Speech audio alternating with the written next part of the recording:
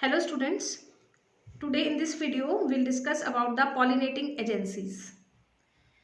Pollinating agency is the agency which carries pollen grain from anther to the stigma of the same flower or another flower of the different plant. So there are two types of pollinating agencies, abiotic and biotic.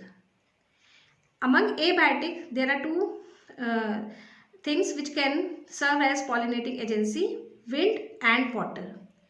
Pollination through wind is known as anemophily. Pollination through wind is known as anemophily and pollination through water is known as hydrophily. But among anemo and hydrophily, hydrophily is restricted to only 30 genera. Maximum pollination is carried out through anemophily and hydrophily is restricted to only 30 genera. This line is written in your NCERT. So, among these 30 genera, most are monocots. So, the plants which undergo hydrophily come under only 30 genera and most of them are monocots. So, I have written here, among anemo and hydrophily, maximum pollination is carried out by wind. Hydrophily is restricted to 30 genera and most of them are monocots.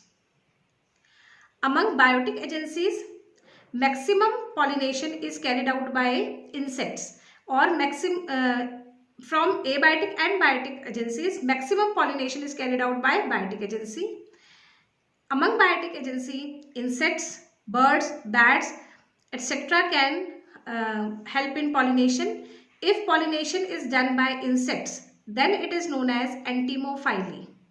If pollination is done by insects, then it is known as entomophily. If it is done by birds, then it is known as ornithophily. By bats, then it is known as chiropterophily. Snail and slugs, malacophily. Snake, ophiophyly. Ants, myrmecophily. And by humans, anthropophily. So these are different terms related to the pollinating agency. But among all these, 80% of pollination is carried out by insects and major pollinator among insects are bees.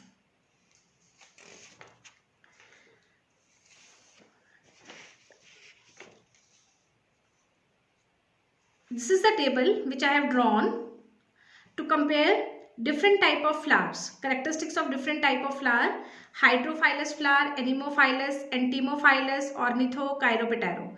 Hydrophilous means which is pollinated by water, anemophilous means which is pollinated by wind, entomo insect, ornitho by bird and chiroptero by bat.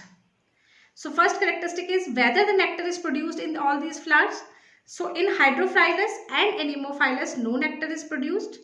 In entomophilous, ornithophilous, chiropterophilous, nectar is produced.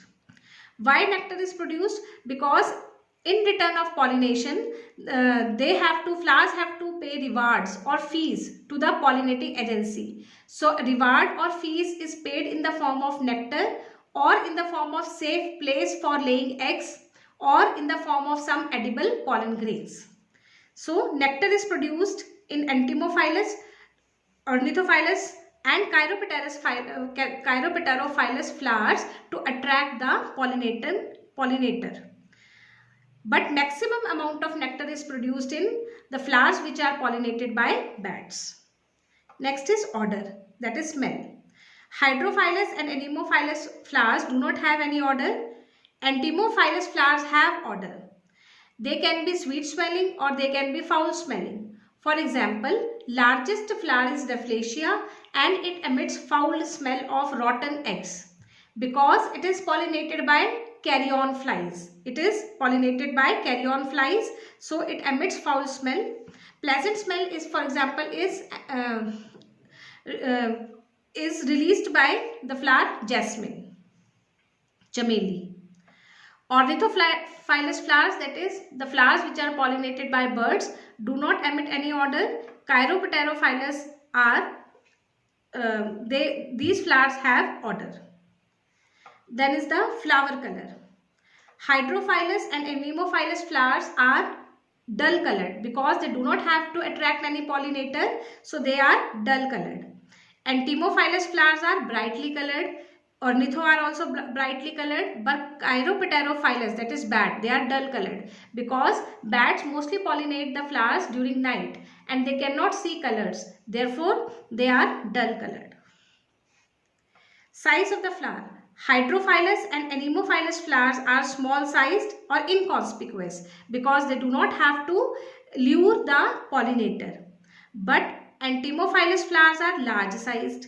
If the flower is small, so they are clustered together to form a condensed inflorescence.